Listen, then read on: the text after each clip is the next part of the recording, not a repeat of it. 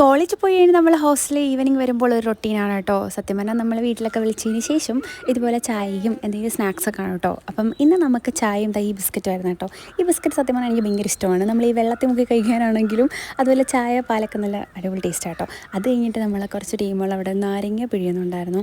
അപ്പം ഈ ചായയും ഈ സ്നാക്സൊന്നും വേണ്ടാത്തവർ സത്യം പറഞ്ഞാൽ ഇങ്ങനെ എന്തെങ്കിലുമൊക്കെ ഉണ്ടാക്കി കഴിക്കും കേട്ടോ. അപ്പം അങ്ങനെ എനിക്കും കിട്ടി കേട്ടോ ഈ സാധനം. അതായത് ഇവിടെ ഉണ്ടാക്കുന്നില്ല, നമുക്കും കൂടെ കുറച്ച് പാർട്ട് നമുക്കും കൂടെ ഉള്ളതാണ്. അങ്ങനെ നമുക്ക് നാരങ്ങ വെള്ളവും കിട്ടി കഴിച്ച ഫസ്റ്റ് നമ്മൾ ചേച്ചിക്ക് കൊടുത്തു. അതിനുശേഷം നൈറ്റ് നമുക്ക് ഇന്ന് കറണ്ടും ഇല്ലായിരുന്നു. അതിൻ്റെ കൂടെ ഇത് പുട്ടും ചിക്കൻ കറിയുമായിരുന്നു ഗൈസ്. അല്ലെങ്കിൽ പുട്ടും ചിക്കനും ഒരു വല്ലാത്ത കോമ്പിനേഷൻ കൂടിയാണല്ലോ. അപ്പോൾ നല്ല ചൂട് ചിക്കൻ കറിയായിട്ട് നല്ലപോലെ കഴിച്ചോട്ടോ. അത് കഴിഞ്ഞിട്ടും കറണ്ടൊന്നും വന്നിട്ടില്ലായിരുന്നു ഗൈസ്. അപ്പോഴത്തേക്ക് ഇവിടെ ചിലരെ പേടിപ്പിക്കാൻ വേണ്ടിയിട്ട് ഇരുട്ടത്തൊക്കെ നിന്ന് കേട്ടോ. നമ്മൾ ഈ ഫ്ലാഷ് ഓണാക്കി കിടക്കുന്നതുകൊണ്ട് അവിടെ നമ്മൾ പേടിച്ചില്ല. ഹോസ്റ്റലിനടുത്ത് അമ്പലത്തൊരു ഉത്സവമാണ്. നമ്മൾ ടെറസിന് മുകളിൽ പോയിട്ട് വെടിക്കെട്ടൊക്കെ കണ്ടു കേട്ടോ. അപ്പോൾ ഇത്രയേ ഉള്ളൂ ഇത്.